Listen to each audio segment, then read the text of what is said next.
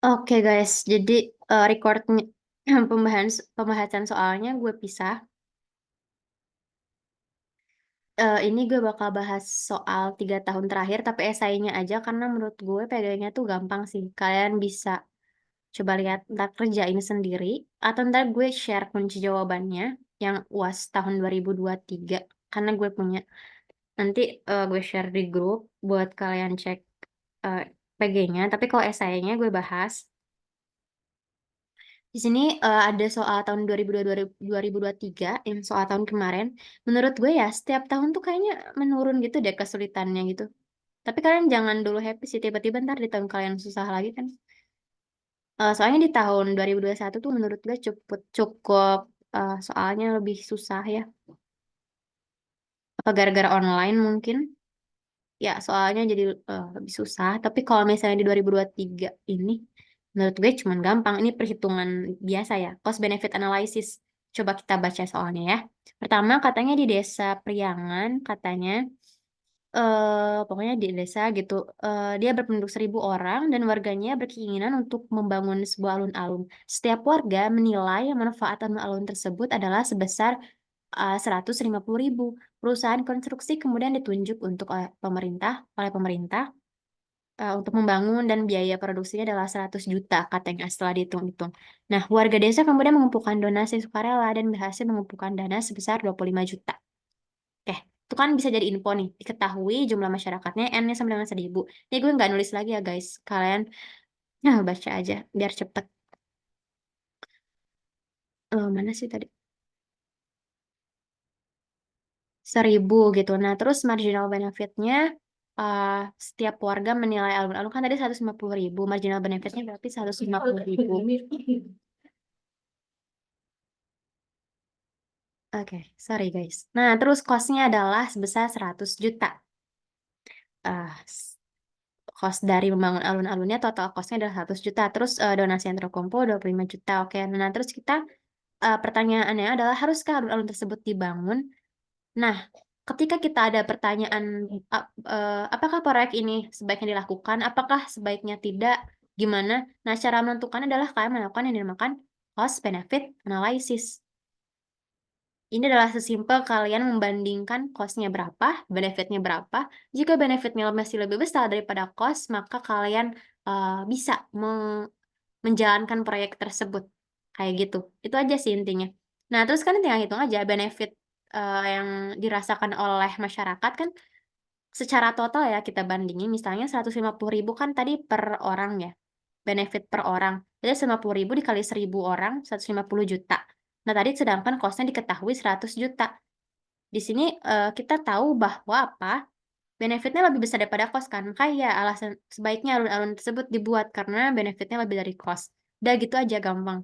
Nah, terus yang nomor B-nya, mengapa donasi yang terkumpul lebih rendah dibandingkan dengan manfaat alun-alun? Jelaskan jawaban tersebut. Nah, kenapa sih donasinya lebih rendah? Padahal setiap masyarakat kan meng-value nih katanya setiap orang mau value 150.000 gitu terhadap si alun-alun yang mana ntar total benefitnya adalah 150 juta.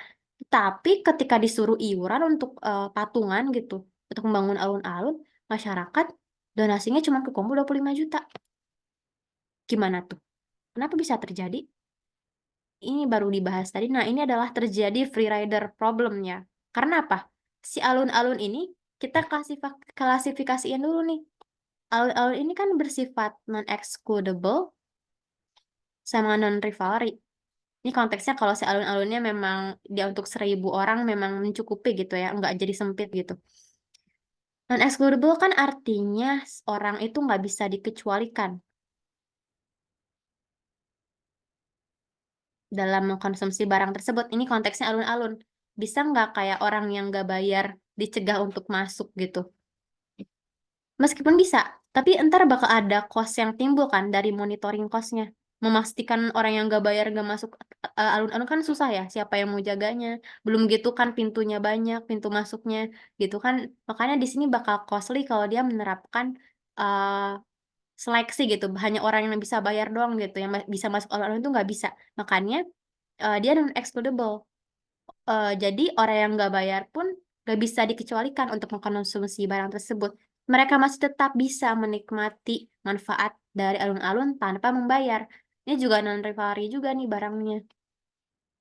Karena setiap orang yang masuk ke alun-alun nggak mengurangi kemampuan orang lain ya kan untuk menikmati manfaat dari alun-alun. Kayak gitu. Terus di sini pertanyaan, ya itu ya, pokoknya terjadi kenapa donasinya terkumpul lebih kecil, ada free rider problem. Ada orang yang dia tetap bisa menikmati manfaat tanpa membayar, itu ya jawabnya. Terus bisakah pemerintah desa membantu membangun? Oke.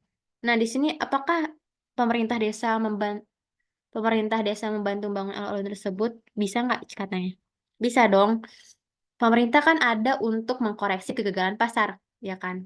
Ketika terjadi market failure, pemerintah bisa aja dia mengeluarkan berbagai toolsnya seperti pajak, subsidi, ya kan? Udah pernah dibahas supaya eh, kalau dalam konteks ini sih alun-alunnya bisa tetap tersedia.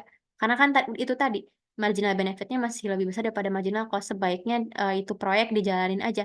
Cuman yang kekumpulnya adalah dari 100 juta cost-nya hanya 25 juta yang berhasil terkumpul. Maka ntar sisa cost yang harus dibayar apa ya dibayar yang dibutuhkan oleh pemerintah adalah 75 juta. Nah, 75 juta ini dapat dari mana gitu? Di sini pemerintah bisa mengenakan yang namanya tax ya. Tax, jadi setiap orang dari 1.000 warga tadi dikenain pajak. Nah, setiap orang itu dikenain berapa sih? Kan tadi sisanya 75 juta. Kalian tinggal bagi aja 75 juta dibagi 1.000 orang yang ada di sana. Ntar hasilnya ada 75.000. Jadi setiap orang tuh bakal dikenakan charge tax sebesar 75.000 per orang. Supaya apa? Supaya proyeknya bisa terus dibangun gitu. Ntar bakal terpenuhi deh cost-nya gitu. Sehingga ntar masyarakat pun dengan membayar pajak menerima benefitnya. Karena kan itu tadi masyarakat pun menilai alun-alun memberikan benefit yang besar gitu. Jadi mereka juga dikenain pajak juga nggak apa-apa gitu. Kayak gitu. Nah terus yang nomor dua, enggak nomor dua sih, ini adalah UAS tahun 2021-2022. Ini tuh lebih ke ngebandingin MP apa ya keseimbangan market sama keseimbangan optimum secara sosial yang udah kita bahas sebelumnya. Makanya di sini kita bakal gambar kurva-kurva gitu. Meskipun tahun kemarin nggak ada yang ngegambar kurva, tapi kan tetap harus bisa ya guys, karena nggak ada yang tahu soal UASnya kayak gimana. Nah, di sini katanya dibilang ada industri 90% komoditas perdagangan dan ditransportasikan melewati laut menyebabkan industri pelayaran sebagai penyumbang polusi terbesar. Tuh, katanya industri pelayaran menyumbang polusi terbesar. Dia menciptakan external cost, ya kan, bagi society gitu. Bagi bagi pihak-pihak yang nggak terlibat dalam dalam dalam perdagangan internasional juga kena dampaknya gitu. Nah, katanya ada regulasi, pokoknya regulasinya tuh katanya eh, harus menggunakan bahan bakar solar, low sulfur, yang rendah emisi lah ya, kalau bisa kita simpulkan. Ya, pada akhirnya eh, perusahaan, katanya sebuah perusahaan, katanya jenis Panamax memiliki marginal private cost. Kita langsung aja ke intinya. Pokoknya kita baca soal dulu ya guys. Katanya keseimbangan optimal di mana? Itu kan berarti cari keseimbangan harga sama keseimbangan kuantitasnya di mana kan? Tapi secara marketnya. Nah, kalau di sini katanya secara sosialnya di mana kan? Tadi nyari QS sama PS dong kalau gitu kan. Kalau kalian ingat tadi materi yang sebelumnya. Terus perbedaannya di mana katanya? Terus udah kayak gitu. Itu misalnya bayin terus kayak yang dia nanyain debt weight loss-nya kayak gimana. Terus eksternalitas sebutkan kegagalan pasar yang lain. Kayak gitu. Ya, intinya nanyanya kayak gitu. Pasti seputar ini sih kalau nanya-nanya kayak gitu.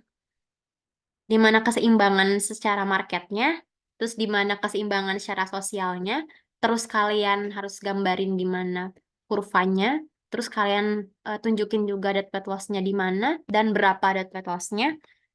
Ya, itu bakal kita bahas. Oke. Di sini gue udah gambarin dulu aja duluan biar cepet.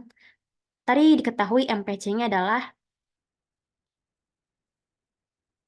MPC 1 ditambah 2Q. Nah, kalian tulislah diketahui, ditanya dijawab gitu lah ya. Diketahui katanya MPC 1 tambah 2Q, MSC 4 tambah 2Q. Kan ini dari soal ya guys. Sebenarnya kalian bisa aja langsung nge-scanning, oh inilah intinya gitu. Terus diketahui tidak terdapat external benefit. Nah, jelas ya di sini tidak terdapat external benefit. Sehingga nanti kalau kalian gambarin kurva demand-nya sendiri sudah menggambarkan marginal social benefit-nya. Karena marginal private cost-nya sama dengan marginal social benefit. Di sini nggak ada external benefit-nya, nggak ada MEB-nya, nggak ada marginal external benefit-nya. Sehingga 10 dikurangi Q ini udah melambangkan demand-nya gitu. Sedangkan nanti kurva supply-nya ntar perlu di-adjust. Perlu ditambahkan dengan marginal external cost-nya. Sehingga ntar ada kurva yang namanya marginal social cost-nya. Logis dong, eksternalitas negatif ada 2 info ini diketahui. Ya kan? Bentar gue cas dulu ya.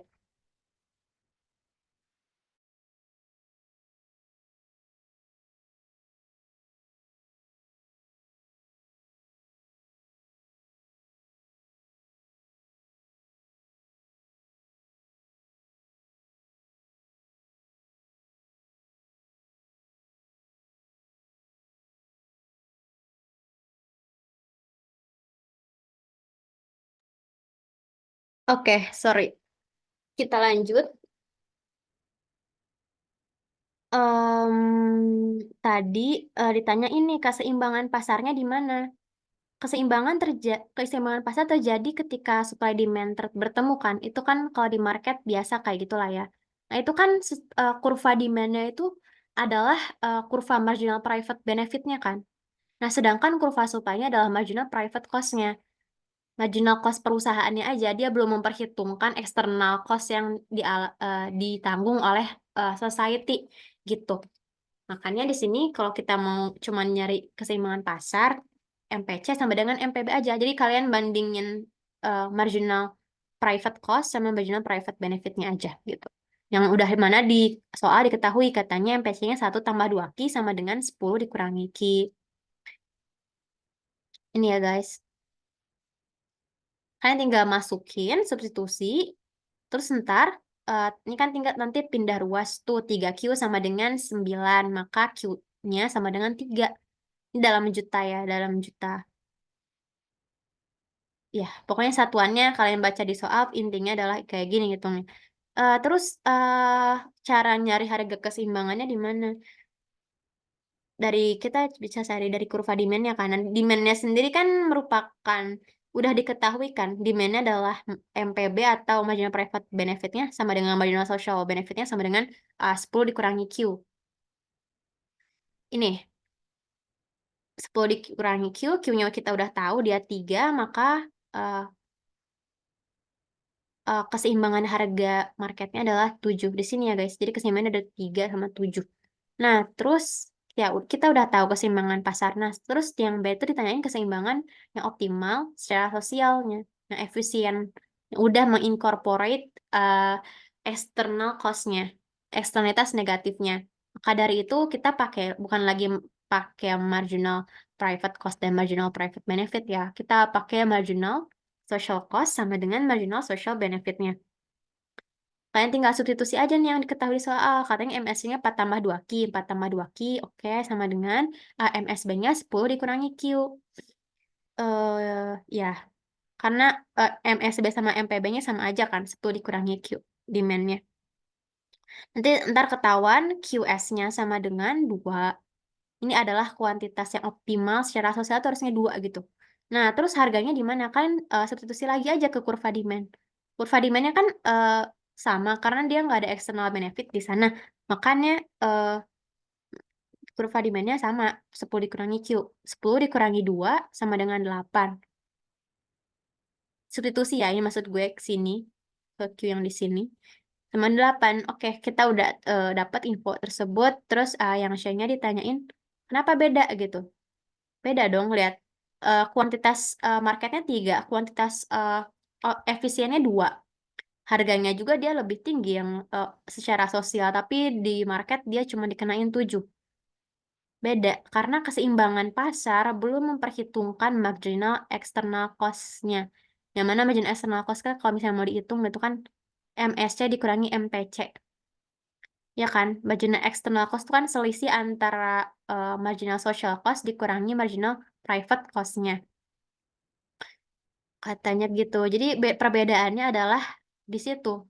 Yang pertama, kalau di market itu dia belum memperhitungkan external cost-nya, marginal external cost-nya, sehingga di kuantitas yang dihasilkan menjadi lebih besar daripada kuantitas yang seharusnya optimal secara sosial.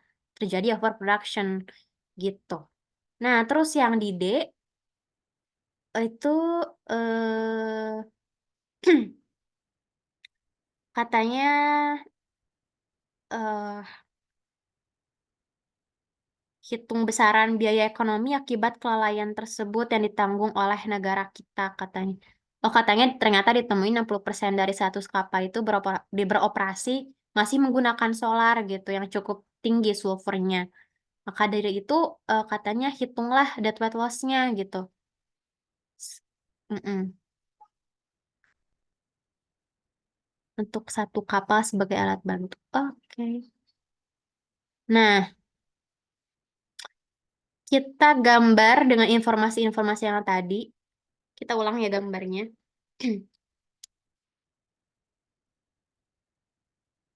Kita pindahin dulu gambarnya.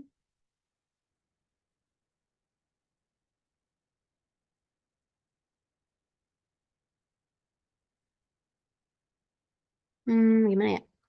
Oke, ini gue pindahin dulu ke bawah. Kita hapus. Biar kita bisa step by step praktek cara ngegambarnya. Oke, it's kehapus semua. Jadi kalau misalnya disuruh gambar, jangan panik ya guys. Udahlah, nggak apa-apa. Kita ulang dari awal lah semua. Oke, nah pertama-tama eh easy. Kalian gambar dulu keseimbangan marketnya dulu. Seperti biasa, kalau kalian mau gambar keseimbangan marketnya, cuman kalian harus dulu gambar supply demand-nya, jangan merah, biru.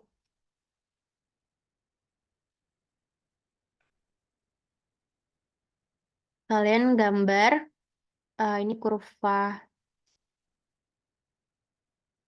supply-nya, lalu ini adalah kurva demand-nya, misalnya gitu. Ini chargeran gue mati.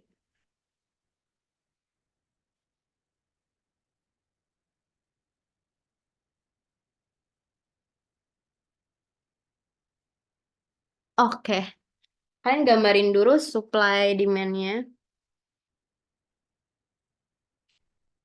Yang mana supply-nya ini dia, kita gambar dia lebih rendah yuk supaya bisa ada ruang buat ngegambar marginal social cost-nya. Bebas aja sih kayak ketinggiannya begini tapi kayak biar enak gitu. Misalnya di sini ya guys. Ini adalah kurva supply yang dihadapi oleh yang disuplai oleh perusahaan yang mana dia adalah marginal private cost-nya. Marginal perusahaan aja dia belum memperhitungkan eksternalitas gitu. Ini kan keseimbangan marketnya terjadi di sini. Terus demand-nya kan ini menunjukkan marginal social benefit kan.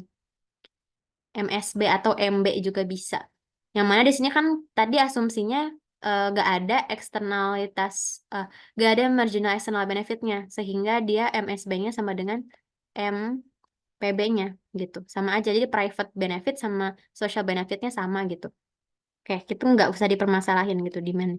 Di sini, oke, di sini terjadilah eh, kuantitas market, keseimbangan market sama keseimbangan harga di pasar gitu ya. Sini. Oke, nah tadi kan kita udah hitung. Dia itu sebesar 3, QM-nya 3 kan? Sini 3. Di sini adalah 7 ya harganya. Oke. Nah, terus kedua kita eh, mau tahu apakah keseimbangan di sini tuh adalah sudah efisien.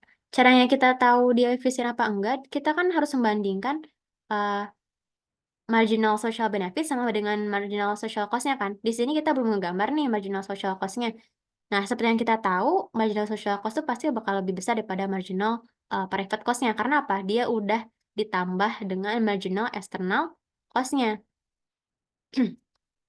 Marginal social cost kan udah tahu adalah marginal private cost ditambah marginal external cost. Ini adalah biaya yang ditanggung oleh perusahaan.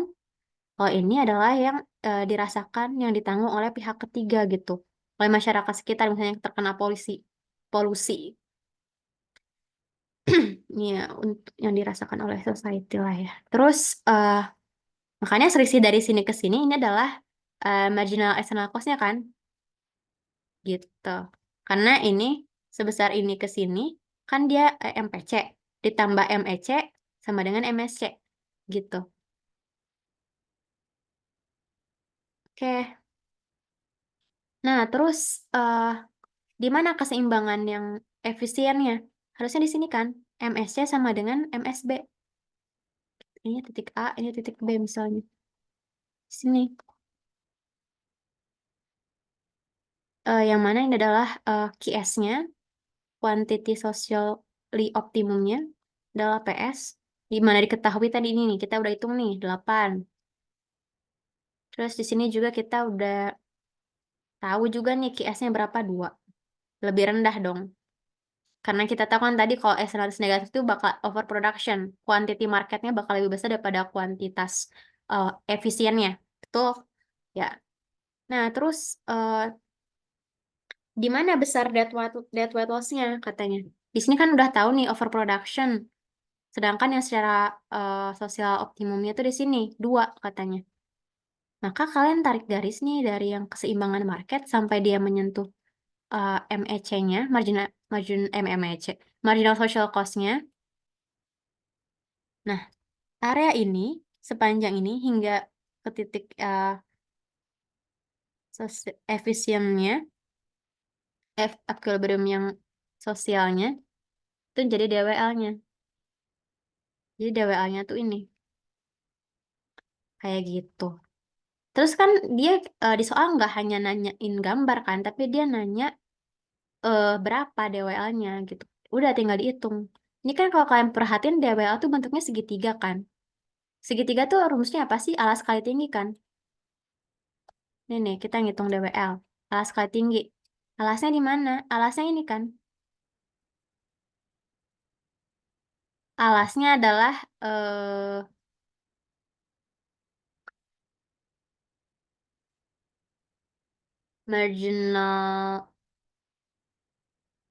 marginal external benefitnya. Iya, marginal external benefitnya yang alias adalah MSC dikurangi MEC, M, MSC dikurangi MPC-nya kan. Terus tingginya adalah ini kuantitasnya kan. Kan tingginya. Tingginya kan ini kan sebesar selisih kuantitasnya. Kayak gitu. Nah, MSC-nya tuh tadi, oh ternyata gue baru ingat. Kalau si MSC-nya kan tadi di sini, MSC-nya kan udah diketahui ya fungsinya, gue baru ingat. MSC-nya kan, eh jadi kan kita kan mau tahu nih, tinggi dari si alasnya ini kan berarti mau tahu tinggi dari sini ke sini kan. PM-nya diketahui, tapi si MSC-nya kita belum ngitung nih, tinggi yang di sini. Ini kan MSC, karena ini perpotongan ini, marginal social cost-nya. Dia fungsinya adalah 4 tambah 2 Q katanya. MSC sama dengan 4 ditambah 2 Q. Yang mana Q-nya di sini, QM-nya adalah 3 gitu ya. MSC-nya sama dengan 4 ditambah 2 kali 3. 3 kali 2, 6 tambah 4, 10. Maka di sini marginal social cost-nya adalah 10. Maka sekarang kita tahu tingginya segini. Tingginya adalah selisih dari MSC sama price marketnya. 10 dikurangi 7 kan.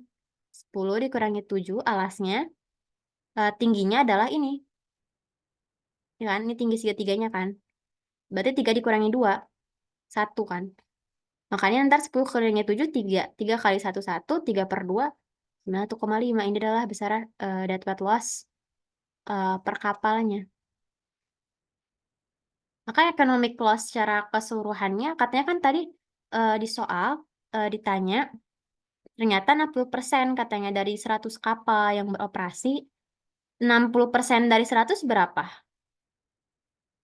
60 per 100 kan, berarti kita hitung 60 per 100 dikali 100 kali 3 per 2. Berarti 60% dari 100 kan 60 ya? Kita coret nih 100-nya. 60 dikali 3 per 2 sebenarnya 90. Jadi ntar total economic loss-nya adalah sebesar 90. Kayak gitu. Oke. Nah, kita lanjut.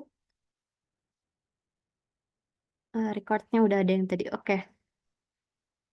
Kita, kayaknya udah dijawab semua ya.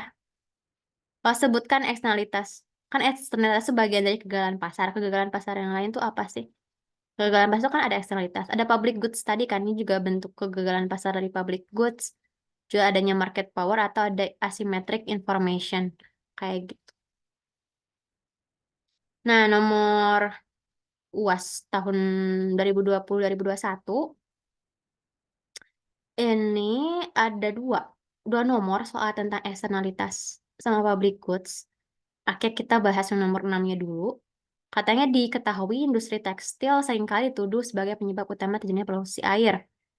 Oh, ini kita udah tahu ya, pokoknya ini arahnya ke eksternalitas negatif. Eksternalitas negatif ya ini konteks soalnya. Katanya ada polusi pada Sungai Citarum, berbagai dampak negatif, ada external cost-nya yang ditanggung society gitu ya, bagi penduduk yang tinggal di bantaran sungai. Gambarkan harga dan kuantitas keseimbangan pasar tekstil tanpa adanya eksternalitas. Kita gambar dulu keseimbangan market tanpa memperhitungkan eksternalitas katanya. Dengan menggunakan gambar yang sama juga, katanya jelasin gimana kegagalan pasar bisa terjadi, katanya. Dan bagaimana cara mengkoreksinya gitu. Ini udah kita bahas tadi. Ah, gue ini ya gambarnya. Gambar ulang nggak ya? Kayak tadi ya guys cara ngegambarnya. Karena ini sama-sama eksternalitas negatif. Pertama-tama nih kita gambar ulang lah.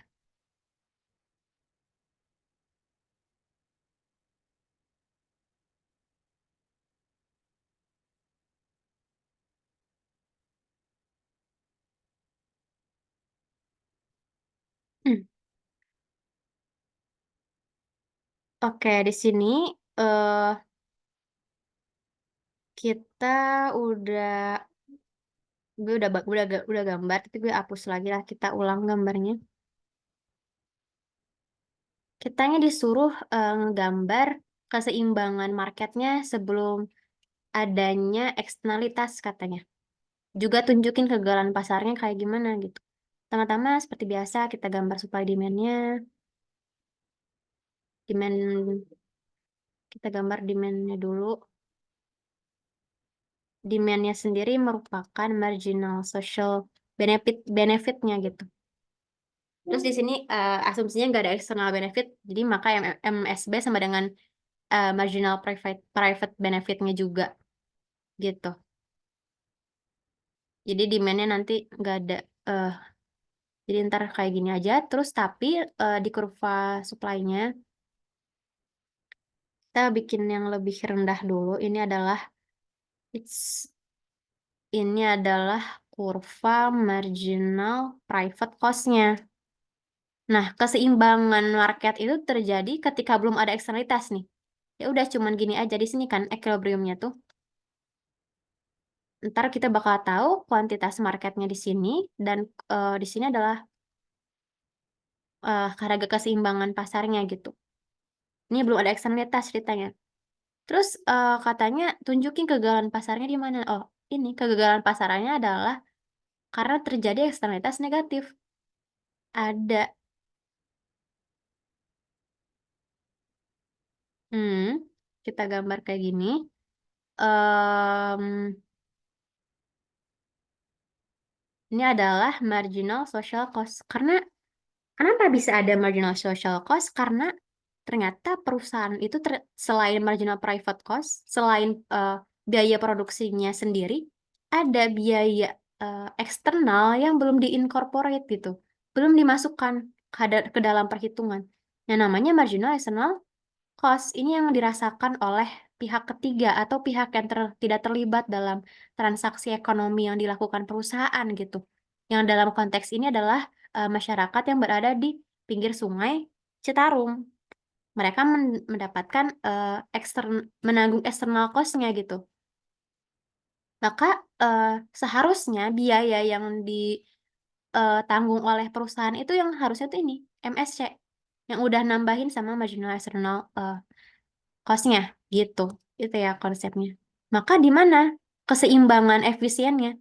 Ingat ya, keseimbangan yang efisien secara sosial terjadi ketika MSB sama dengan MSC. Berarti di perpotongan MSC dan MSB-nya. Di sini dong, gitu ya. Nah, terus di sini adalah PS-nya. PS itu maksudnya harga keseimbangan secara sosial ya. Ini adalah QS-nya.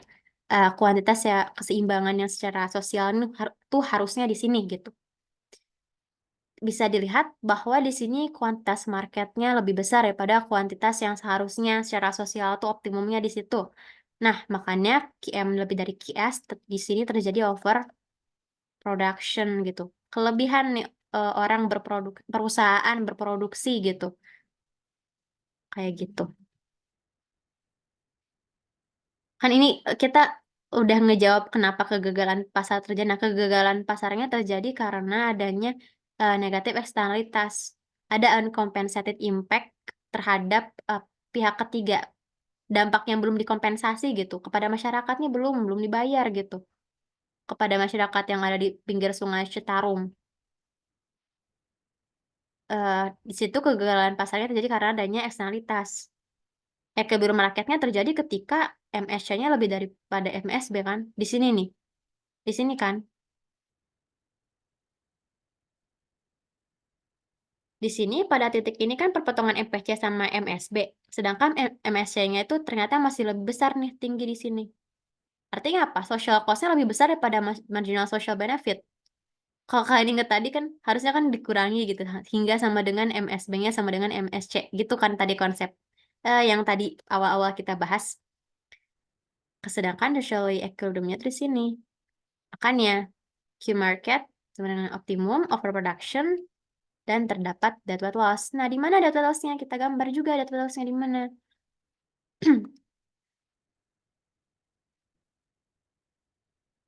Di sini. Ingat ya, dari kurva yang keseimbangan market, MPC sama demand-nya ketemu, terus kalian tarik garis hingga menyentuh kurva MSC-nya. Nah, sebesar area hingga titik efisiennya yang di sini, itu adalah deadweight loss-nya. Kesejahteraan yang hilangnya, DWL. Kayak gitu. Nah, terus yang B, oh katanya bagaimana koreksinya? Karena ini bentuknya polusi, dan menurut gue, pokoknya kalian opini aja kalau ditanya kayak gini. Menurut kalian private solution di sini berlaku nggak? Di sini konteksnya ceritanya perusahaan sama masyarakat yang ada di pinggir Sungai Citarum. Jadi kan kita udah tahu ya kalau private solution tuh nggak selamanya bisa berhasil karena negosiasi bisa aja nggak tercapai dan juga ada yang namanya transaction cost-nya, negosiasinya juga costly, butuh biaya. Jadi sebenarnya yang efisien, nggak efisien, namanya lebih baik ya, better pakai market based mechanism kan, mekanisme pasar dengan cara pemerintah itu mempengaruhi behavior perusahaan melalui tax atau tradable pollution permit. Kalau Pigovian tax kan ketika ada pajak perusahaan kan ntar jadi ada pajak karbon gitu, pajak polusi gitu misalnya. Nah, jadi perusahaan itu bakal berusaha menghindari pajak tersebut dengan cara apa? Dengan cara mengurangi polusi yang dikeluarkan oleh perusahaan gitu. Jadi kan pajak polusi itu misalnya setiap level berapa ton misalnya polusi yang dihasilkan atau berapa kilo gitu. Nanti tuh ntar dikuantifikasikan terhadap dalam rupiah misalnya terus ntar diuangin, terus ntar dikenain pajak gitu. Setiap lo keluar keluar polusi segini dihargain segini gitu. Nanti kan semakin mahal nih pajaknya, ntar kan perusahaan semakin ingin menghindari itu kan. Jadi ntar terinsentif gitu kan, people respond to insentif gitu. Perusahaan terinsentif untuk mengurangi polusinya. Untuk apa? Untuk menghindari pajak gitu. Terus yang kedua adalah Renewable Pollution Permit dengan cara perdagangan hak izin polusi. Ini tuh menjadi insentif karena apa? Perusahaan yang efisien yang bisa mengurangi polusinya dengan biaya yang lebih rendah. Jadi dia bisa mempunyai kapasitas untuk mengurangi kadar polusinya. Dia tuh ntar kan bakal jadi punya kelebihan hak izin polusi kan. Yang kata pemerintah kamu boleh punya hak izin polusi 100 misalnya. Konteksnya 100 lembar misalnya 1 kilogram apa ya polusinya tuh dikuantifikasikan lah gitu. Nah 100 gitu kata pemerintah kamu boleh punya hak izin polusi 100. Tapi karena kamu adalah perusahaan yang efisien yang bisa mengurangi polusi dengan biaya yang rendah gitu. Ntar tuh kalian jadi bisa ngejual tuh sisanya yang ada asalnya 100 hak izin polusi kalian cuma pakai misalnya 20 gitu. Nah yang 80 hak izin polusinya kalian jual ke perusahaan yang tidak efisien dalam konteks tidak bisa mengurangi kadar polusinya dengan biaya yang rendah. Jadi dia tuh nggak efisien produksinya. Mungkin dengan dia berproduksi dengan teknologi yang jadul atau teknologi yang tidak ramah lingkungan gitulah istilahnya gitu. Jadi dia eh, jadi perusahaan yang tidak efisien ini membeli gitu hak izin polusi dari perusahaan yang efisien kayak gitu. Efisien dalam konteks ini adalah itu ya. Dia mempunyai kemampuan dalam mengurangi polusi dengan biaya yang rendah gitu. Jadi kan apa? Jadi kan jadi insentif bagi perusahaan untuk apa? Untuk mengurangi biaya eh, untuk mengurangi biaya dalam mengurangkan polusinya kan. Jadi dia akan berlomba-lomba untuk melakukan inovasi, research and development supaya perusahaannya bisa berproduksi secara efisien menghasilkan emisi polusi yang lebih kecil gitu. Kayak gitu. Maka dari itu nanti eh, di sini bakal mempengaruhi behavior perusahaan. Nih ya, intinya ada di sini. Sebentar.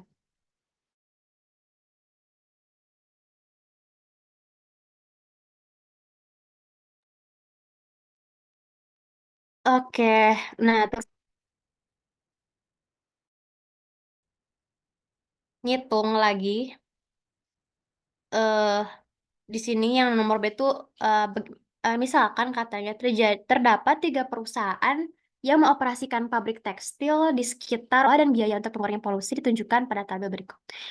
Jadi ntar diketahui perusahaan ada A, B, C, terus tingkat polusi awalnya diketahui perusahaan A 100, katanya polusi awalnya, tingkat polusi B 140, tingkat polusi C 80, terus biaya diketahui juga biaya pengurangan polusinya per unit polusinya masing-masing sekian gitu, 10, 15, dan 5. Di sini udah langsung kelihatan kan kalau perusahaan C ini mempunyai biaya pengurangan polusi yang lebih rendah gitu. Jadi dia mempunyai kapasitas untuk mengurangi polusinya tuh lebih besar daripada perusahaan-perusahaan yang lain karena dia mempunyai biaya pengurangan polusi yang rendah, 5 doang gitu.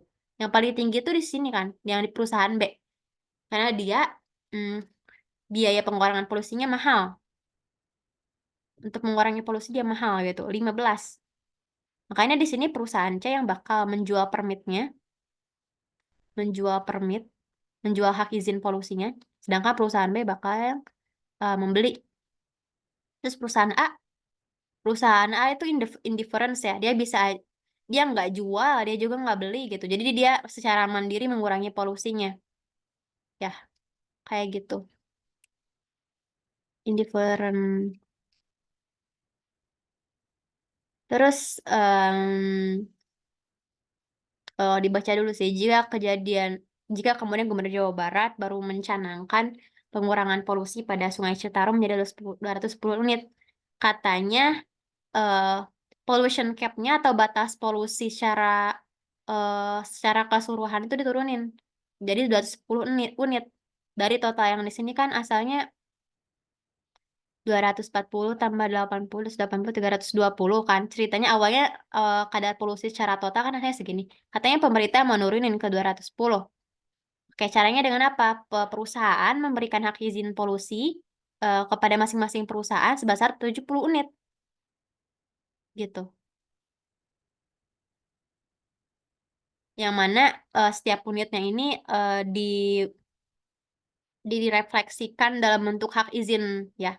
Hak izin polusi. Permit gitu ya, sama aja. Ini. Jadi masing-masing perusahaan tadi kasih 70 permit, yang mana 70 permit ini merefleksikan izin 1 ton 1 ton hak izin polusinya. Terus perusahaan di sini tuh bisa terjadi perdagangan katanya. Bisa diperdagangkan tuh katanya hak izinnya. Berarti ini adalah apa? Tradable pollution permit kan? Udah dibahas. Konsepnya tadi udah secara garis besar dibahas beberapa kali, jadi kita langsung bahas soalnya. Hitung. Katanya pertanyaannya adalah hitung katanya.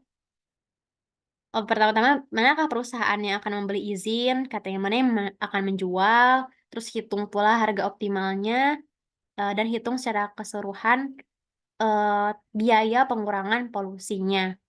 Kayak gitu. Ini basically gue salin lagi, menggambar lagi kurvanya. Kurva. Tabelnya A, B, C, tingkat polusi awal, biaya pengurangan polusinya, sama polusi yang ini ngitung sih. Nah, ini pertama-tama kita tahu kan, kalau perusahaan yang punya cost untuk mengurangi polusi yang besar, dia tuh bakal kesulitan kan dalam mengurangi polusinya, sehingga dia ntar bakal membeli. Nih, yang punya cost paling tinggi kan perusahaan B. Makanya dia ntar bakal beli hak izin polusi dari perusahaan lain. Karena apa? Karena untuk mengurangi polusi, dia biayanya mahal banget gitu. Ntar dia bakal kesusahan untuk mengurangi 100, tingkat awal polusinya kan 40. Sedangkan yang sama pemerintah diizinkan itu masing-masing perusahaan maksimal 70 kan, 70 unit. Permitnya cuma punya 70 gitu. Makanya 140 ini harus ditekan hingga 70 kan. Sedangkan biayanya tuh dia tinggi. Makanya nanti karena biayanya tinggi, ntar bisa aja dia tuh nggak bisa.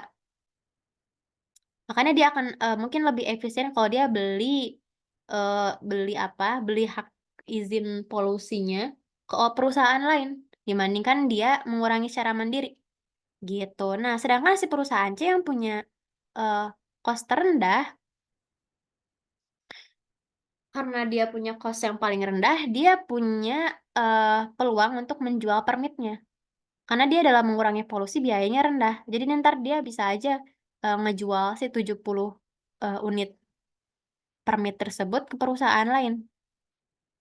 Gitu. Jadi jawabannya adalah yang beli permit adalah perusahaan B, yang menjual permit adalah perusahaan C, dan perusahaan sendiri dia indifferent sih, dia nggak beli dan dia juga nggak jual. Dia secara mandiri mengurangi polusinya karena di tingkat 10 gitu. Karena dia mempunyai biaya yang di tengah-tengah gitulah, indifference. Nggak ada bedanya kalau dia beli dan juga menjual gitu. Oke, dan nggak bisa menjual sih karena kan ada yang perusahaan yang lebih rendah juga nih biayanya, si perusahaan C kayak gitu. Nah, harga optimal permitnya di mana? Harga optimal permitnya adalah di 10 juta. Kenapa di 10 juta? Karena di 10 juta ini perusahaan A bakal indifferent kan. Jadi dia ntar antara menjual atau membeli itu nggak ada bedanya. Makanya ntar si perusahaan A ini bakal cenderung eh, apa namanya, perusahaan ini bakal mengurangi sendiri polusinya dengan biayanya sebesar 10 gitu.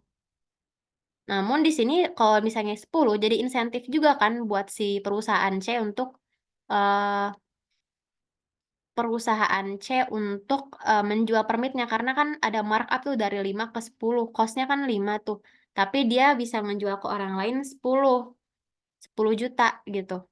Sedangkan kalau misalnya si permitnya harganya 15, entar bakal gak ada bedanya bagi perusahaan B kalau dia beli permit ke perusahaan C orang harganya sama 15 gitu. Sama aja dengan biaya dia mengurangi polusi, makanya di 15 itu nggak optimal ya, makanya optimal permitnya tuh di 10 gitu. Di 5 nggak bisa karena dia kerendahan. Karena ntar nggak ada insentif untuk perusahaan C untuk menjual, kayak gitu. Jadi di 10 adalah harga optimal permitnya. Nah terus kan tadi, diketahui kan masing-masing perusahaan itu hanya punya 70 menit hak izin polusinya, 70 permit. Maka kalau kalian lihat kan tingkat awal polusi mereka tuh masih lebih daripada 70 kan. Maka polusi yang harus dikurangi oleh perusahaan adalah sebesar 30, polusi yang harus dikurangi perusahaan B adalah 70 dan perusahaan C adalah, 10. Namun kan di sini terjadi trade atau perdagangan hak izin atau permitnya kan. Di sini perusahaan A tidak melakukan trade, tidak melakukan perdagangan kan, karena dia mempunyai biaya pengurangan polusi yang sama dengan, biaya, untuk membeli atau menjual permit. Jadi dia cenderung untuk, mengurangi sendiri, dia nggak usah beli dari perusahaan C gitu. Orang sama kok dia beli permit ke perusahaan C harganya 10 kan di sini ya, pakai harga optimal ya guys, 10. Orang kalau misalnya dia beli ke perusahaan C harganya 10, dia mengurangi juga 10, mending dia mengurangi polusi dengan kemampuannya sendiri, gitu, 10. Makanya nggak terjadi trade. Nah, terus trade itu perdagangan polusinya kan. Nah, terus, perusahaan B itu dia, eee, kan udah bilang ya, tadi dia punya cost yang tinggi, sehingga kan dia harus 70 nih. Dia punya polusi yang harus dikurangi 70. Nah, sisa dari polusi yang harus dia kurangi ini kan 70 lagi. Dia mending ngurangin sendiri dengan kapasitasnya sendiri apa dia beli permit dari perusahaan C? Kalian tinggal bandingin nih dengan biaya pengurangan polusinya. Kalau dia ngurangin polusinya sendiri dengan kapasitasnya sendiri, dia harus, setiap polusinya dia harus dikalikan dengan 15 juta. Sedangkan kalau beli cuman pakai harga keseimbangan optimalnya di 10, lebih murah ini dong. Makanya nanti dia bakal beli, di perusahaan C sebesar 70 per meter, entar bakal dia, beli dari perusahaan C, gitu. Nah, di sini seperusahaan C, eee, melakukan trade dengan menjual kan, makanya minus 70, kayak gitu. Maka polusi yang tersisa 0, 0, sedangkan perusahaan C, 80.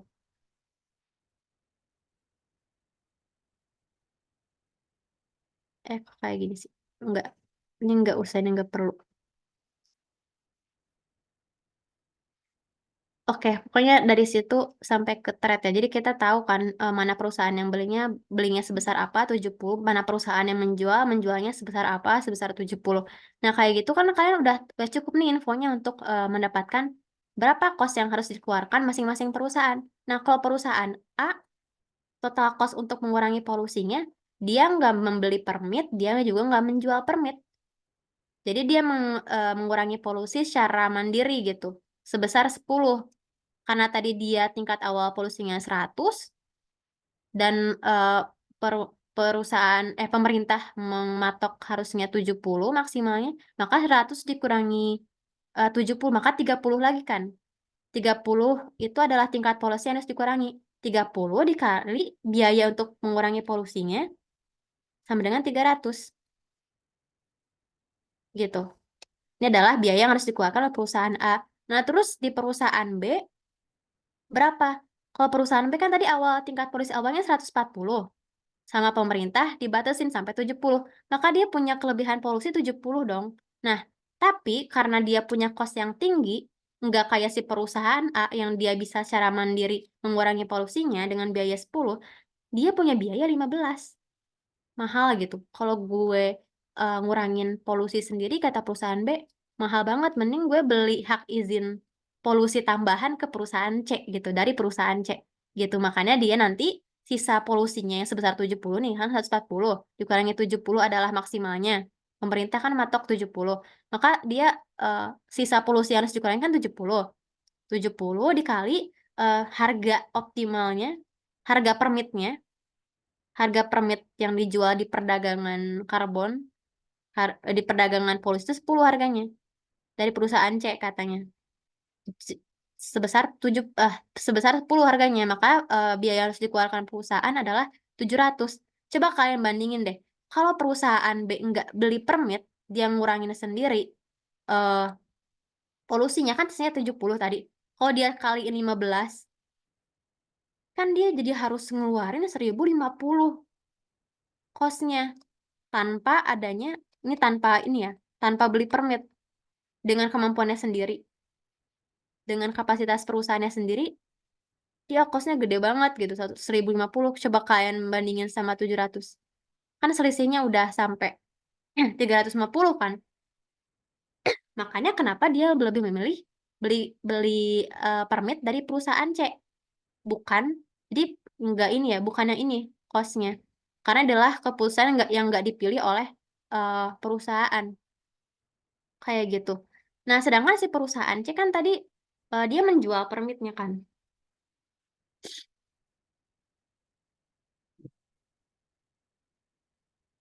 Dia pertama-tama dia mengurangi biaya polusinya adalah 80 kan. Dia nggak membeli permit, tapi dia menjual permit.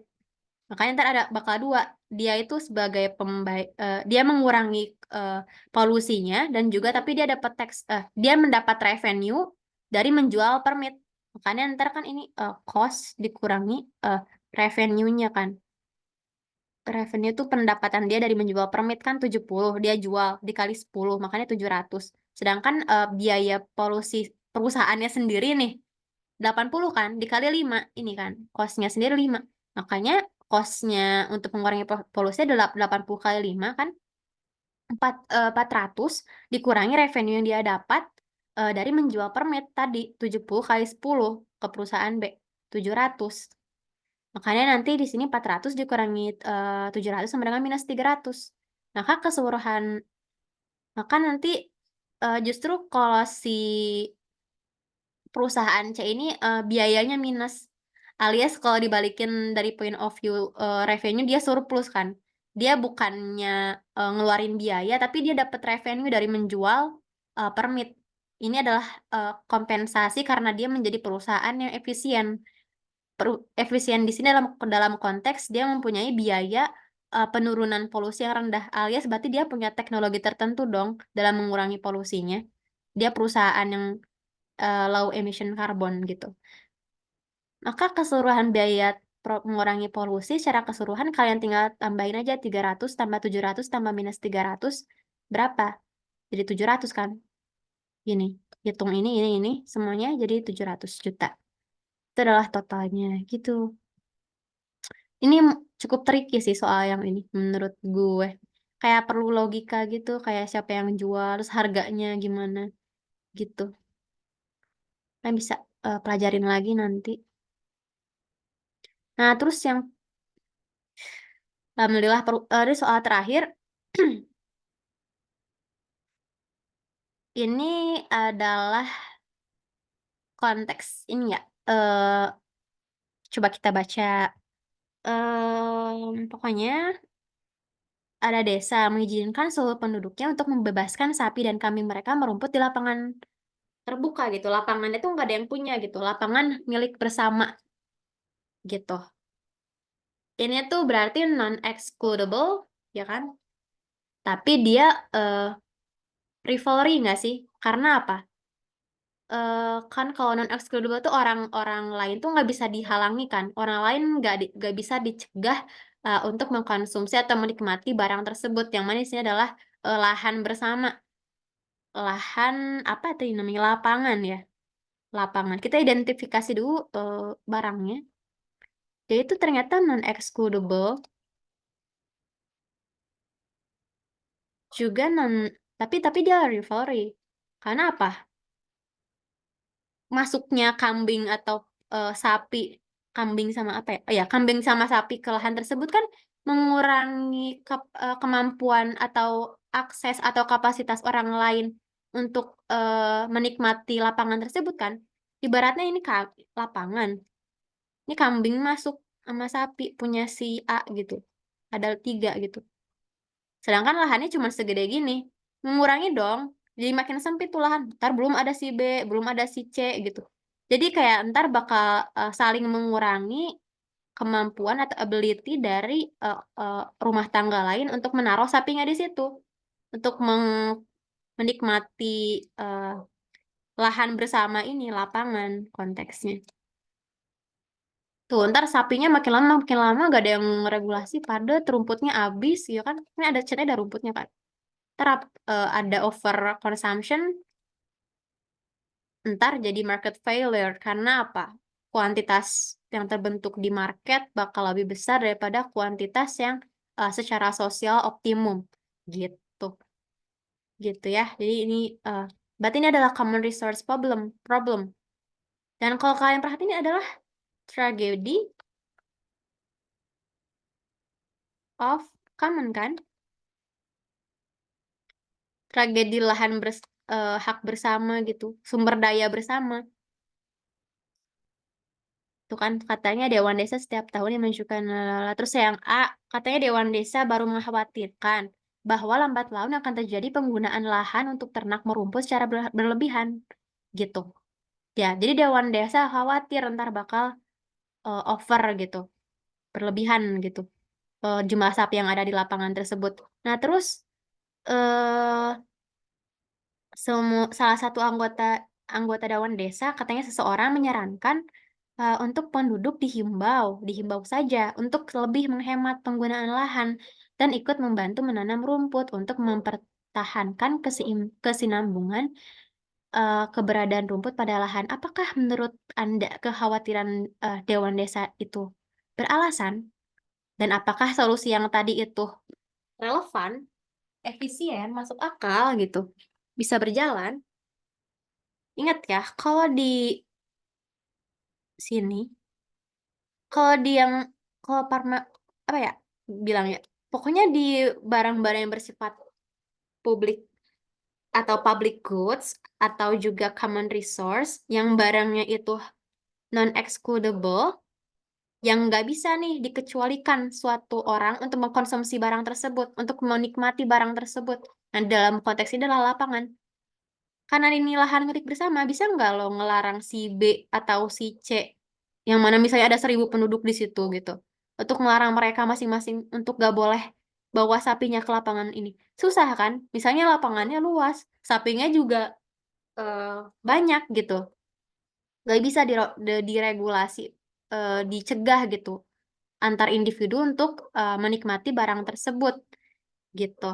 Dan meskipun bisa nih, ada monitoring cost-nya kan, ntar ada muncul transaction cost-nya, biaya untuk mencegah orang mengakses lapangan itu kan, ntar harus ada biaya untuk pegawai satpam gitu istilahnya untuk menjaga lapangan tersebut kan, ntar malah makin ribet gitu. Makanya di sini non excludable. Nah, terus jadi apakah beralasan? Tentu beralasan kekhawatirannya. Suatu sumber daya yang non excludable, terus juga dia bersifat free, ntar bakal terjadi overconsumption kan. Kalau kalian kaitin sama konsep tragedy of commons yang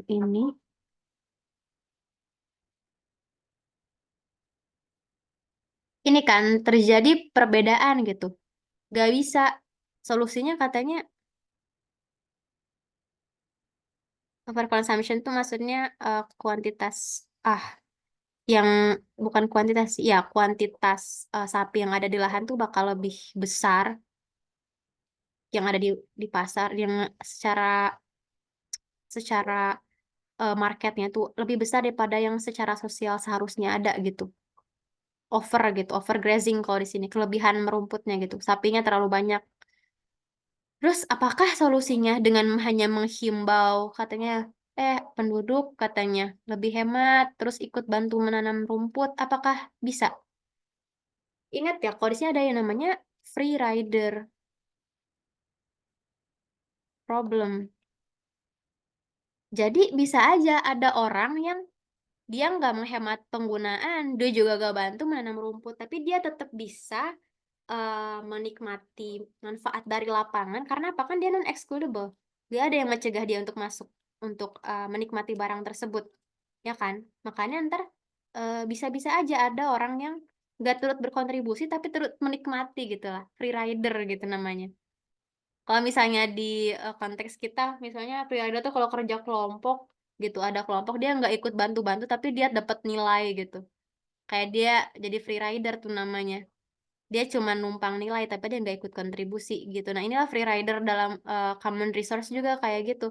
Dia ikut menikmati tapi dia nggak mau bayar, dia nggak mau bantu-bantu, dia nggak mau menghemat penggunaan, dia nggak mau ngebantu menanam rumput. Makanya kalau cuman dihimbau kayak gitu dia nggak efisien ya. Eh, Tidak berjalan nih maksudnya solusinya. Tidak efisien solusinya. Karena apa? Karena ada free rider problem. Setiap orang tuh nggak bisa dicegah untuk mengkonsumsi eh, barang tersebut, lapangan tersebut, even dia nggak berkontribusi gitu. Jadi nggak bisa. Terus nomor B-nya, salah seorang anggota Dewan Desa katanya ngasih solusi harusnya menggunakan pungutan kepada para pemilik ternak. Atau katanya berdasarkan banyaknya rumput yang dikonsumsi oleh sapi dan kambing mereka. Mereka juga menyarankan mekanisme market based policy ya, penagihan listrik atau minum yang berlangganan. Oh, melalui ini katanya dipungut, tapi dipungutnya tuh dengan mekanisme ditagih nih listrik sama airnya gitu. Sementara itu eh, ada juga solusi yang menawarkan seharusnya pengguna lahan itu ternaknya membeli izin tahunan penggunaan, membeli permit ya.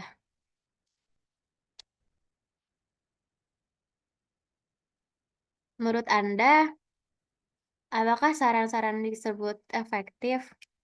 Ya, seperti yang kita tahu ya, apapun yang market based policy itu biasanya dia lebih efisien karena apa? Dia mempunyai eh, cost yang lebih rendah gitu dalam menurunkan eh, mengkompensasi eksternalitas yang dihasilkan. Sorry. Nah, pertama tuh tadi apa? Eh, Pungutan ya. Terus kedua adalah izin, membeli izin. Ya, di sini adalah memberikan insentif, menginsentif, gue sebutnya menginsentif perusahaan untuk tidak over grazing gitu, nggak kelebihan, nggak kebanyakan dalam membawa ternaknya untuk merumput di sana gitu. Karena pas semakin banyak dia merumput di sana, pungutannya semakin besar kan. Ntar setiap rumah tangga menghindari itu kan. Makanya ini bisa efektif gitu. Karena nanti orang-orang bakal menghindari pungutan ini dong. Terus yang kedua membeli izin. Jadi untuk bisa merumput di sana harus membeli izin. Misalnya setiap izinnya tuh eh, bisa ntar penduduk bisa merumput berapa sapi di sana gitu, berapa kambing gitu. Jadinya eh, semakin banyak kambing yang dia bawa ke lapangan, semakin banyak juga dong izin yang harus dia beli. Jadi ntar dia bakal terinsentif untuk apa namanya membatasi penggunaan lahan tersebut kayak gitu. Jadi bakal lebih efektif kalau menggunakan eh, pungutan sama izin ya. Jadi kan kalau punya izin kan jadi setiap rumah tangga tuh menjadi memiliki hak dan kewajiban untuk mengurus masing-masing area lahannya gitu atau apa sih tadi solusinya Ya, membeli izin tahunan penggunaan lahan. Jadi, lahan yang dia beli untuk per tahun gitu, izinnya sebesar ini, kan aslinya bisa segini lapangan. Jadi entar masing-masing punya hak izin tahunan, punya wilayahnya masing-masing misalnya. Entar karena mereka mempunyai hak milik atas barang tersebut, dia juga harus menjaganya. Jadi entar, masing-masing dari rumah tangga bakal menjaga apa yang mereka punya. Jadi lahannya entar bakal terjaga, dengan cara menginsentif, eee, rumah tangga merawat masing-masing, ininya, lahannya gitu, kayak gitu. Karena dia membayar atas, eee, hak penggunaan lahannya, nggak gratis lagi gitu. Makanya mau nggak mau dia bakal menjaga keseimbangan di sana antara rumput dan jumlah samping, kayak gitu. Itu sih intinya.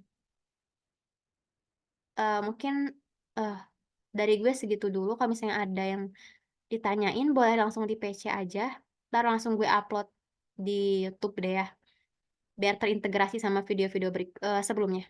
Thank you guys.